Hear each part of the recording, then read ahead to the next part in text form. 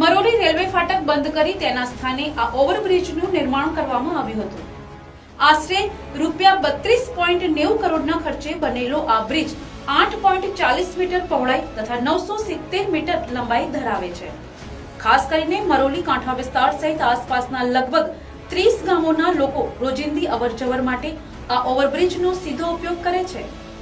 પરંતુ બ્રિજ ખુલ્લો મૂક્યા બાદ 3.5 વર્ષનો સમયગાળો પણ પૂર્ણ થયો ન હોવા છતાં બ્રિજના અનેક ભાગોમાં તરાડ પડતી જોવા મળી રહી છે, જેના કારણે બાંધકામની ગુણવત્તા સામે ગંભીર સવાલો ઊભા થયા છે।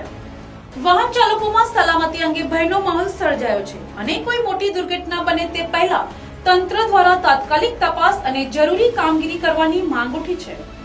ત્યારે સ્થાનિક લોકોએ ઉચ્ચ સ્તરીય તપાસ કરી જવાબદાર કોન્ટ્રાક્ટર અને અધિકારીઓ સામે કાર્યવાહી કરવામાં આવે તેમજ બ્રિજની મજબૂતી અંગે નિષ્ણાતો દ્વારા ચકાસણી કરાવવામાં આવે તેવી માંગ વ્યક્ત કરી છે।